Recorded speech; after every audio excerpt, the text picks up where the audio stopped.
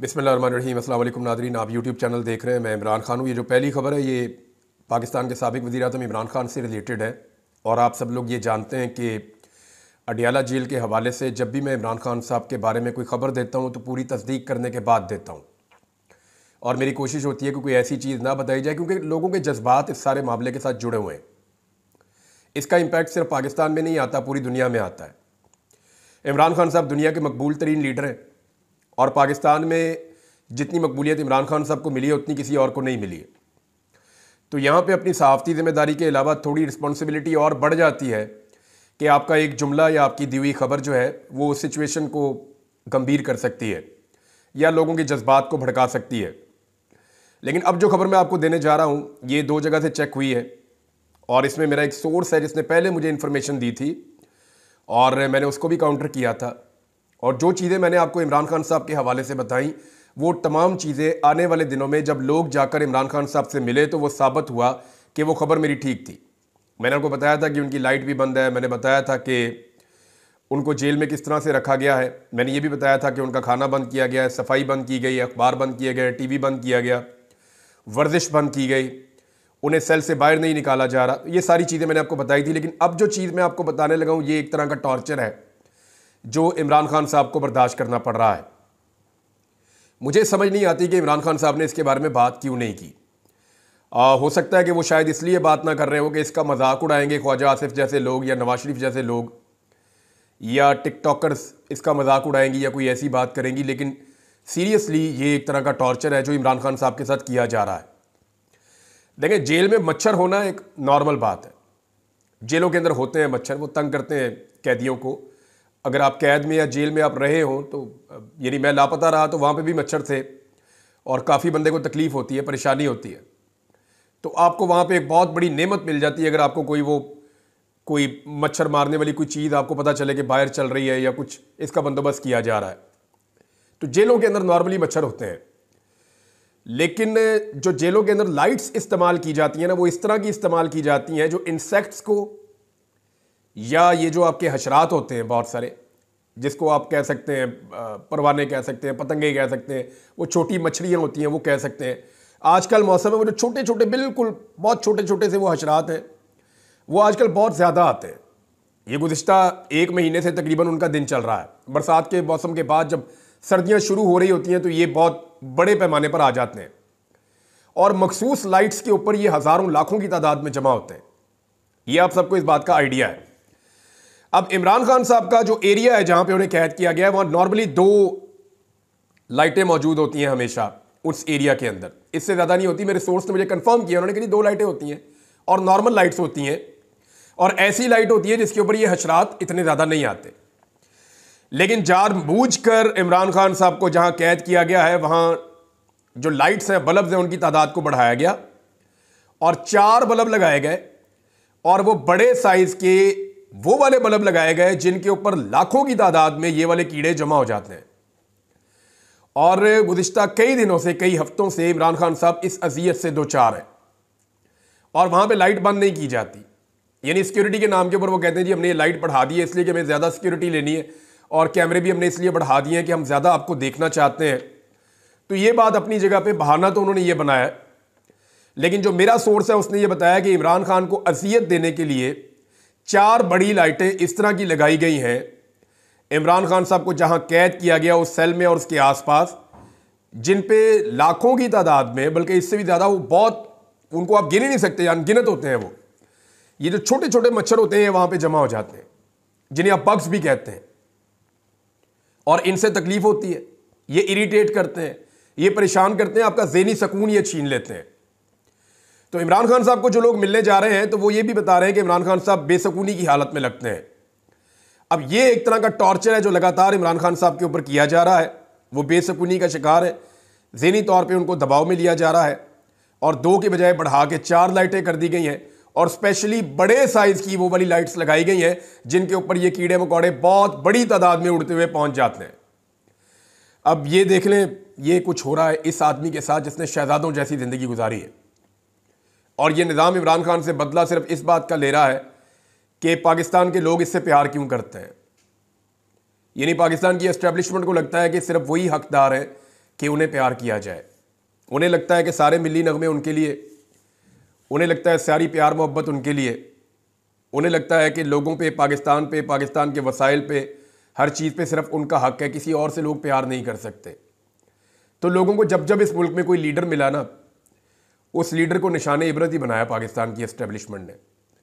Name anyone, आप नाम उठा के देख लेना, कई जिंदा निशाने इबरत हैं, कई मरने के बाद निशाने इबरत बन गए। नवाज शरीफ को देखें कैसा इबरत का निशान बना दिया। वो बेचारा ना अपनी मर्जी से सोच सकता है, ना फैसला कर सकता है, ना ट्रैवल कर सकता है, ना बात कर सकता है।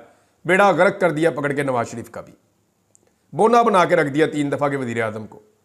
इबरत का निशान है ना, और क्या है। अब आप ये देखें कि कायदे-ए-आज़म मोहम्मद अली जिन्ना से लेकर लियाकत अली खान तक आप आ जाएं, जुल्फ़िकार अली भुट्टो पे आ जाएं, मोहतरमा फातिमा जिन्ना साहिबा पे आ जाएं, इन सब के साथ क्या हुआ? ये जब भी कोई अवाम की नज़रों में मोतबर हुआ तो साथ ही जो है वो एस्टेब्लिशमेंट की नज़रों में वो खुटकना शुरू हो जाता है। अब इमरान खान साहब का जुर्म यह है कि पाकिस्तानी लोग उनसे प्यार करते हैं। मैंने हकायक आपके सामने रख दिए हैं, और इन चीज़ों से ऐसा नहीं है कि पाकिस्तान तहरीक इंसाफ की क़यादत इनके बारे में जानती नहीं है। कुछ इन्फॉर्मेशन है जो उन तक पहुंची है। और अली अमीन गंडापुर साहब ने मुलाकात भी की इमरान खान साहब से, वो बाद में बताता हूँ क्या हुआ। लेकिन गंडापुर साहब ने जो स्टेटमेंट दिया है वो बहुत इंपॉर्टेंट है इस मौके पर। एक तो पाकिस्तान तहरीक इंसाफ का जो एहतजाज था पेशावर वाला, वो पेशावर वाला एहतजाज पाकिस्तान तहरीक इंसाफ ने कैंसिल कर दिया है और स्वाबी में एहतजाज का ऐलान किया है।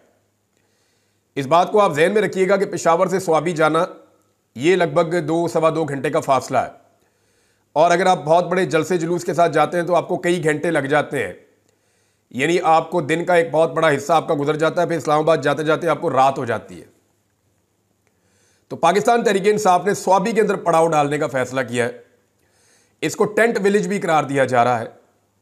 मैंने आपको पिछले वीलॉग में बताया था कि तहरीक इंसाफ की नौयत की तैयारियां कर रही है अपने एहतजाज के लिए, और अब अली अमीन गंडापुर ने बाकायदा अनाउंस कर दिया। उन्होंने कहा जो रवैया इमरान खान साहब के साथ है वो नाकाबिले बर्दाश्त है, उसे हम बर्दाश्त नहीं कर सकते। हम पुरअमन है लेकिन हमारे साथ जुल्म और ज्यादती की जा रही है। गंडापुर साहब ने कहा कि फाइनल कॉल देने जा रहे हैं, और उस फाइनल कॉल के बारे में उनके कुछ अल्फाज जो है बहुत इंपॉर्टेंट है। उन्होंने कहा कौन कौन सी चीज़ें साथ लेकर आनी है लोगों ने, वो हम बता देंगे। पेशावर के बजाय हम स्वाबी में इकट्ठे होंगे।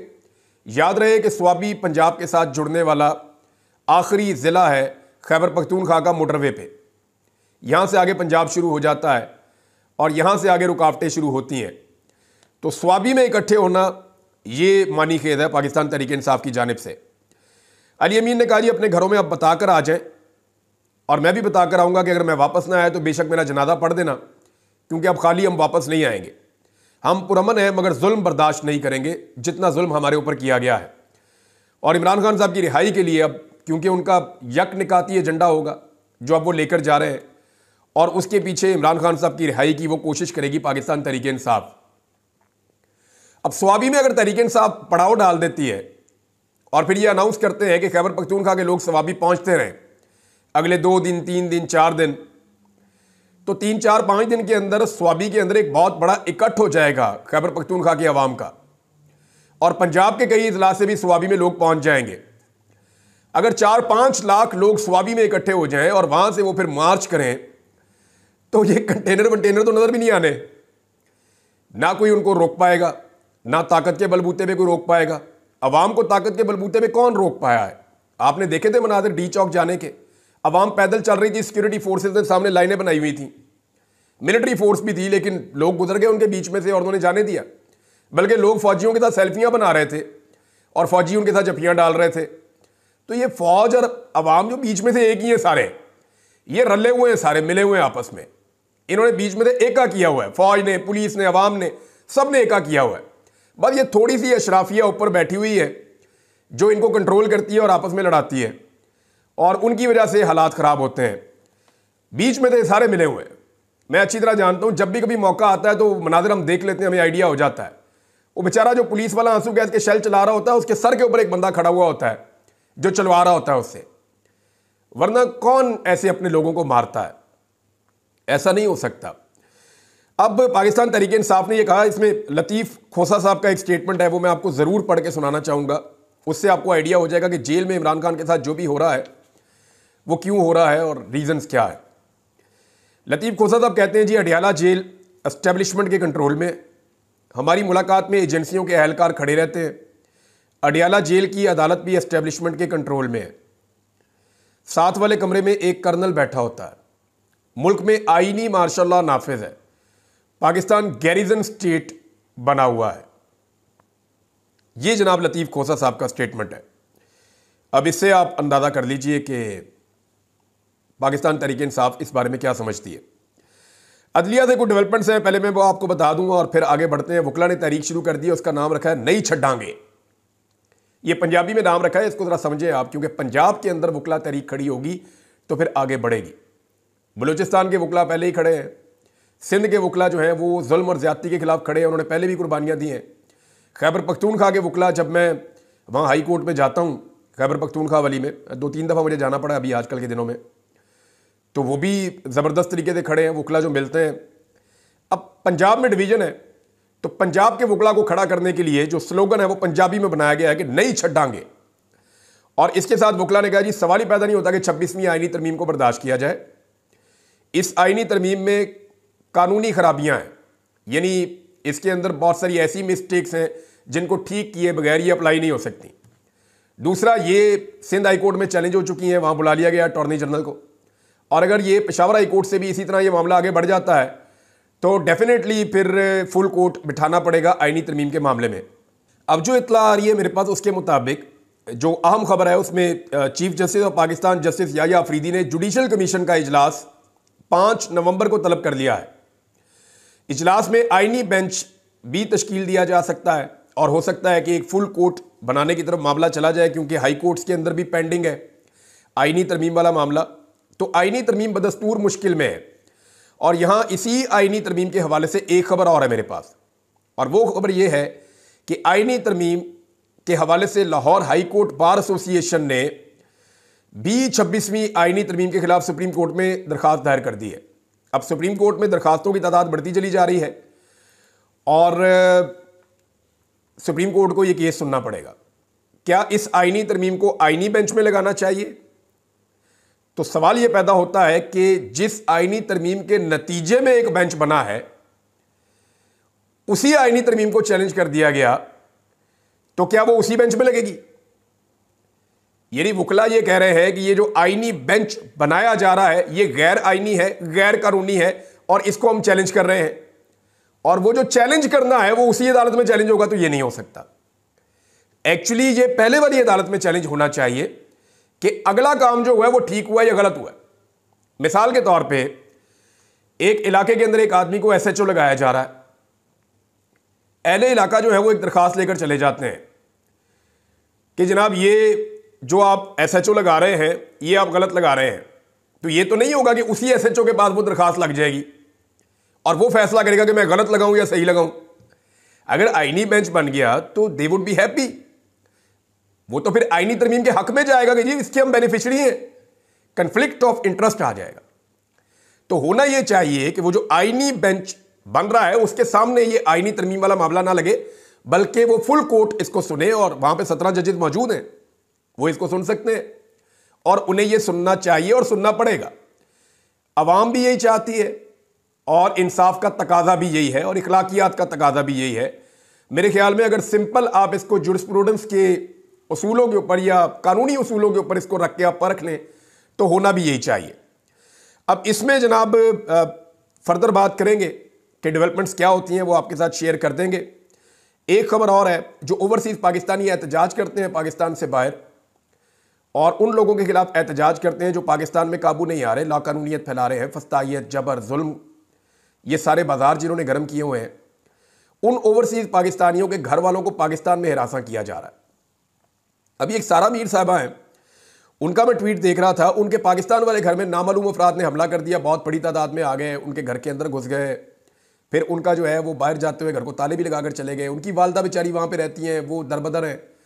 तो ये एक बेटी को सिर्फ एहतजाज से रोकने के लिए उसकी वालदा को पाकिस्तान में हिरासा करना, ये कहाँ का इंसाफ है? यानी इतना तो रियासत नहीं गिर सकती। अब काजी फायद ईसा के खिलाफ एहतजाज करना, वो तो अब रिटायर हो चुके हैं, छोड़ दें उनको, अपनी ज़िंदगी जीने दें। लेकिन कुछ इतलात आ रही है कि काजी फायद ईसा साहब को स्पेन में बनाया जाएगा पाकिस्तान का सफ़ीर। ये बड़ा शुगर लगेगा नादरीन। ये हुकूमत अगर ये काम कर देना तो मज़ा ही आ जाएगा। काजी फायद ईसा साहब को बना दे स्पेन में पाकिस्तान का सफ़ीर, उनको रोज़ाना दफ्तर जाना पड़ेगा।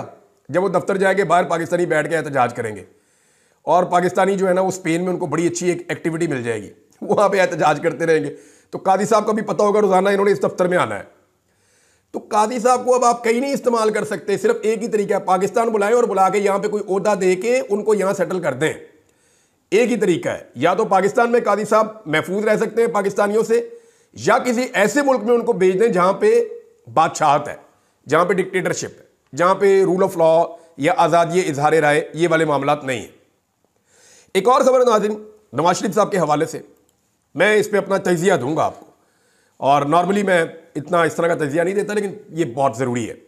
देखिए, मियाँ साहब के अंदर ना एक दुखी आत्मा है। वो दुखी आत्मा हर दूसरे दिन जाग जाती है। भाई को बना लिया वज़ीर आज़म, बेटी को बना लिया वज़ीर आला, खुद जाली फार्म 47 के ऊपर कैंसर की पेशेंट से जेल में उसको डाल के 70,000 की लीड पे हारने के बावजूद जाली फार्म 47 लेकर खुद MNA बन गए। मियाँ साहब को और क्या चाहिए? इसके बावजूद उनके अंदर एक दुखी आत्मा है जो मुकेश के गाने सुनती है। मियाँ साहब का बड़ा सीरियस मसला यह है कि वो अब दुखी रहना सीख चुके हैं, और वो अपनी तमाम खुशियों के बावजूद उनको छुपाना सीख चुके हैं। और जैसे ही कोई बंदा उनके सामने माइक या कैमरा करता है, मियाँ साहब मुंह लमका के अपने अंदर के दुखड़े सुनाना शुरू कर देते हैं कि मैंने सच्चा प्यार नहीं मिला। मियाँ साहब की जो दुखी आत्मा है वो बार बार जागती है। नया स्टेटमेंट सुने, आपको बड़ा मजा आएगा। मियाँ साहब कहते हैं, बड़े अरसे से सब्र करके बैठा हुआ हूं, इसीलिए कहता हूं मुझे ना छेड़े, मैं खामोश हूं लेकिन तहैया तूफान करके बैठा हुआ हूं। मियाँ साहब, आप तहैया पॉलिश करके बैठे हुए हैं, आपके अंदर पॉलिश का एक तूफान है मियाँ साहब जो मचल रहा है। और अगर मियाँ साहब को किसी ने छेड़ा ना तो मियाँ साहब ने ब्रश उठा लेना, और फिर मियाँ साहब ने वही करना है जो इनका ट्रैक रिकॉर्ड है, पिछले 40 साल से इस खानदान का रिकॉर्ड है कि कमाल बूट पॉलिश करता है ये खानदान। मुझे कहने में कोई आड़ नहीं है, इसका रिकॉर्ड है। ले जाए मुझे किसी अदालत में, मैं साबित करूंगा कहां कहां पे इन्होंने बूट पॉलिश किए हैं। अपने मुंह से मरियम नवाज ने कहा कि ये वाला तरीका मुझे भी बहुत अच्छे से आता है, इसमें जूते साफ करने पड़ते हैं। फिर हमने देखा जूते चमक रहे हैं, कमाल जूतों में शक्लें नजर आ रही हैं पूरे खानदान की, जबरदस्त किस्म की पॉलिश की है इन्होंने। और उस पॉलिश के नतीजे में आज भाई जो है वो वज़ीर आज़म है, बेटी जो है वो वज़ीर आला है, और पब्लिक जो है वो इनके खिलाफ है। यानी पब्लिक की इतनी मुखालफत के बावजूद किसी खानदान को इक़्तिदार मिल सकता है? तो नहीं मिल सकता। सिंपल है ये। कुछ और चीज़ें आपके साथ शेयर कर देता हूँ अगले वीलॉग में, इसको यहाँ रोक लेते हैं वरना मैं और ज़्यादा जज्बात में बह जाऊँगा। अब तक के लिए इतना ही, अपना ख्याल रखिएगा, अपने चैनल का भी। अल्लाह हाफ़िज़।